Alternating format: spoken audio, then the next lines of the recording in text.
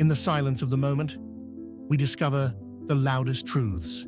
This is where wisdom grows, not from rushing, but from sitting still and truly seeing the world around us. I invite you to join me today on a journey to reflect, to find meaning, and to learn the simple truths that guide us all toward peace. In my journey as a monk, I have come to understand that life is not just a series of tasks or achievements. It's a process of understanding, of being, of letting go. We are all, in our own way, seekers of peace. But peace is not something that can be found outside of ourselves. It is something that must be nurtured within. Let me tell you a story, one that I carry with me from the time I first became a monk. It was my first year in the monastery. I was restless. I thought, if I meditate long enough, work hard enough, I will find peace.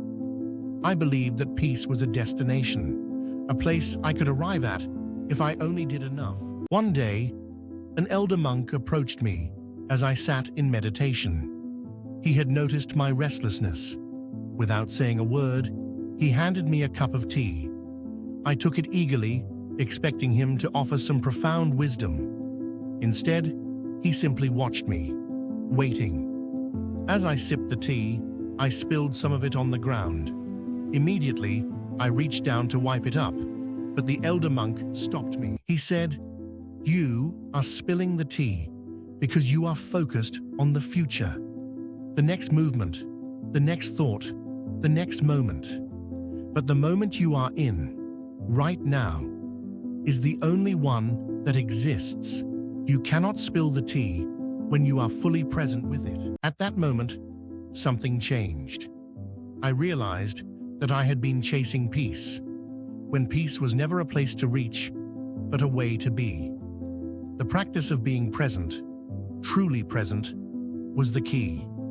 We are always moving toward something, but what if the something we're moving toward is already here, right in front of us, in this very moment? This brings me to a second lesson I learned. Life is simple, but we complicate it. We overthink, overachieve, and forget the joy of simplicity.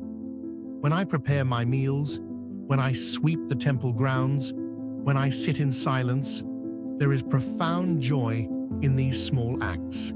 These are not chores or distractions. They are opportunities to live fully, to be mindful, to connect with the present moment. I encourage you, wherever you are, whatever you are doing, to slow down and practice the art of presence. This doesn't mean you have to sit in silence or meditate for hours. It can be as simple as fully tasting the food you eat, feeling the air on your skin, or listening to the sounds around you without judgment or distraction. And finally, let me share one last lesson. The greatest obstacle to inner peace is the constant need for approval from others. I too struggled with this, thinking that my worth depended on how others saw me. But as I spent more time in solitude, I began to realize true peace comes from accepting yourself as you are, not based on how others perceive you. To be free is to let go of the need to be validated. You don't need to prove your worth to anyone. The universe already sees your value. And once you accept this truth, you can begin to live a life not bound by others' expectations, but by your own heart. So, my friend, as you move forward in your life, remember this: peace is not something you chase, it is something you cultivate from within. Life is not about rushing or achieving more.